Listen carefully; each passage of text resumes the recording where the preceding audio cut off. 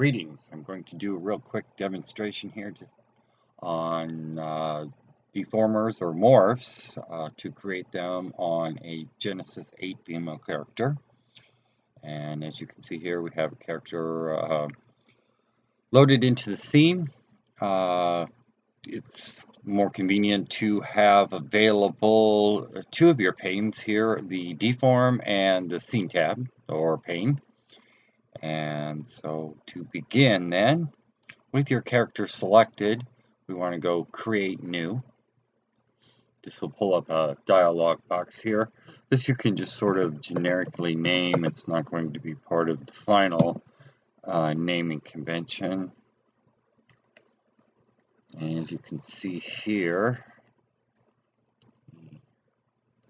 big sort of red ball appears around the character. If you go into the scene, you will see this functionality here, where head is created by the name you gave it.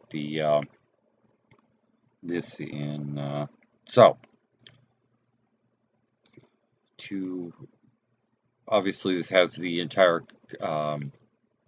character selected. So what we want to do is narrow down. So because we're going to target this deform to the neck, one way here then. And there are sort of two separate controlling agents as far as positioning. This one comes in kind of small as this sort of plunger thing here. So you may want to direct that toward the neck to begin with. And then what you want to do is just by scaling overall, which you can do here. I'm using the universal tool, or you can via your parameters tab, which sometimes is a little smoother and easier. And then maybe flatten this out a little bit. And direct this at the neck. Fly in a bit here. As you can see, this is these dots here are. Get this out of the way for a moment. We do want that to be here. Or the region it's the morph is going to affect. So we want to localize this a little more to the neck. You can also rotate. Get that positioned.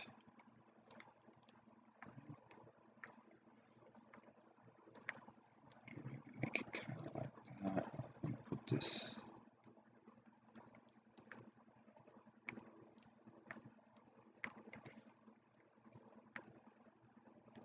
So then you can kind of bring this into the picture. Maybe align it.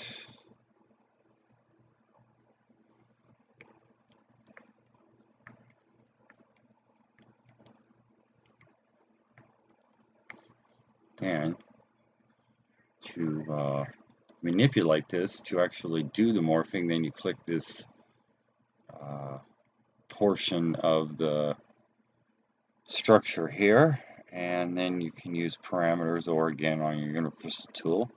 For example, we'll use the overall scale, and by that, as you can see, I'm bringing in the neck, and then you can do this disproportionately with maybe more bringing it in on the sides.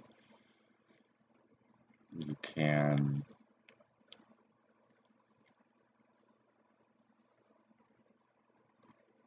grab this and kind of manipulate it on the fly.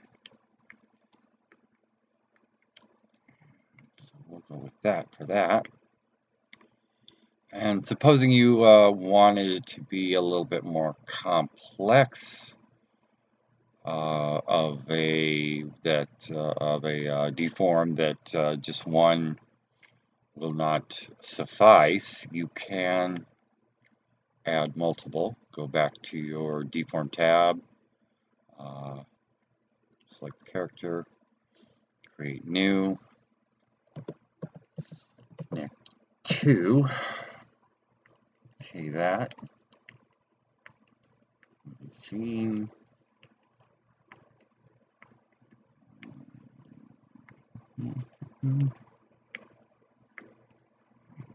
Pointer a little more visible. Direct it up that way. Field.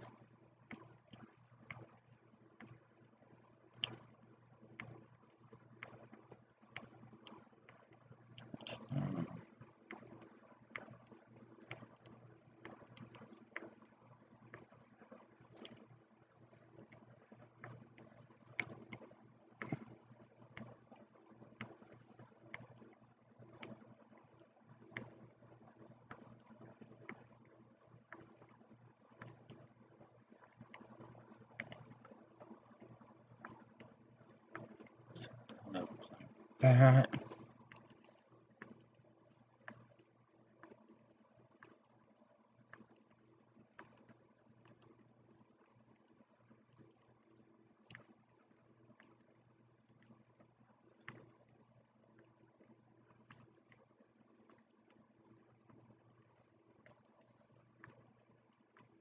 And as before, your click in your activated area, I call it, and go parameters if you want to do this sort of thing.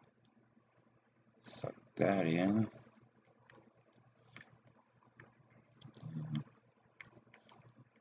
You can do all kinds of little different adjustments. You can see.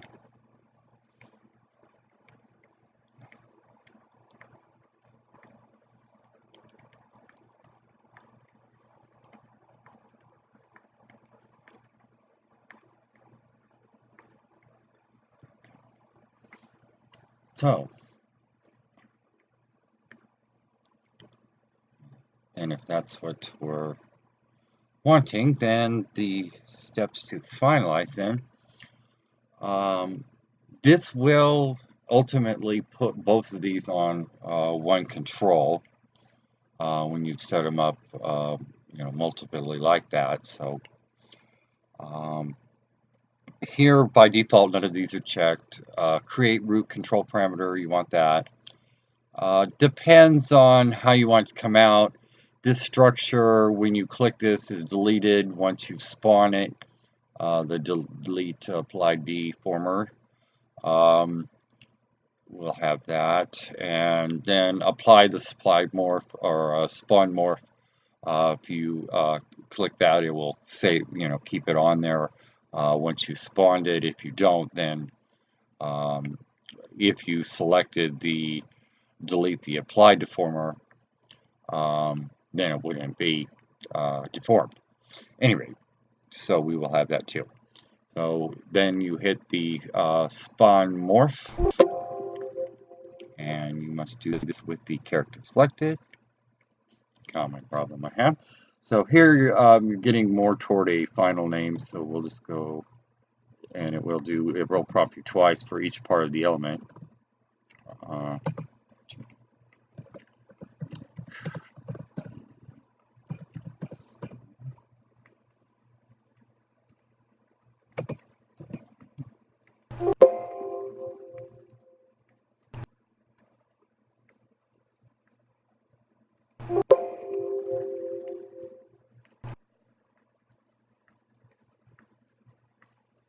So there, as you can see, we have the two convolutions there.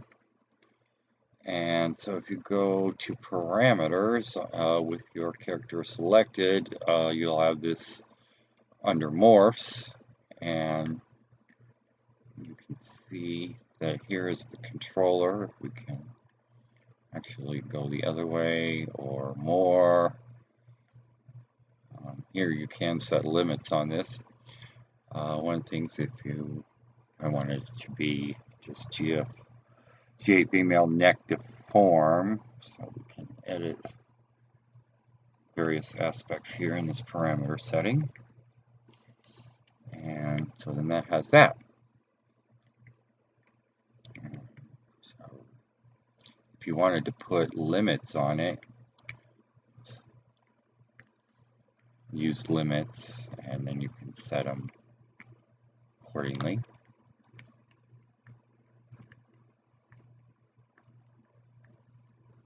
And so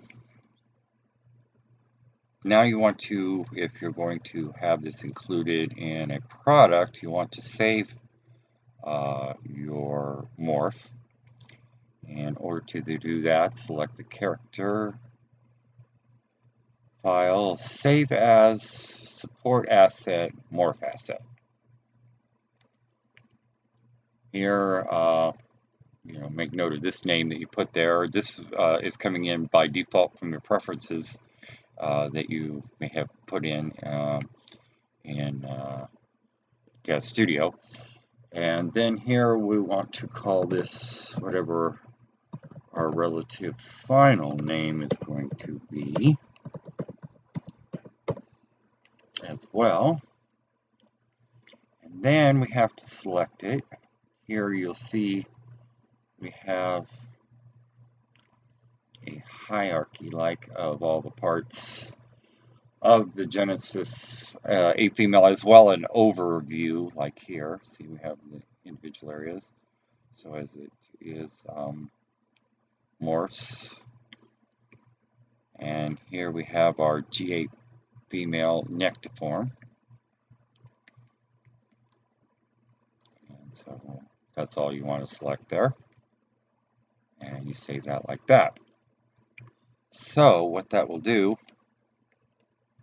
when you want to pack this up to have this available when a customer uses your product, to actually will attach it to the character to load automatically whenever the character is loaded once that was installed.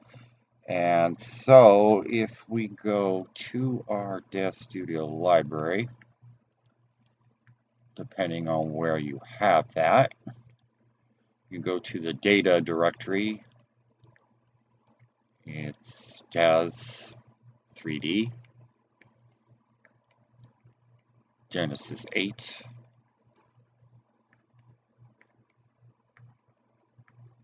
female, morphs.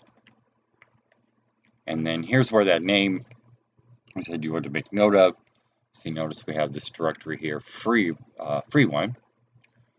And there you have it, this directory here for the G8 female neck deform. Then within the directory here is the file for that. So if you were to pack this up, you would create this series of directories in your, and have this directory available in there. And that would be all that you would need to have that functionality available then in your package.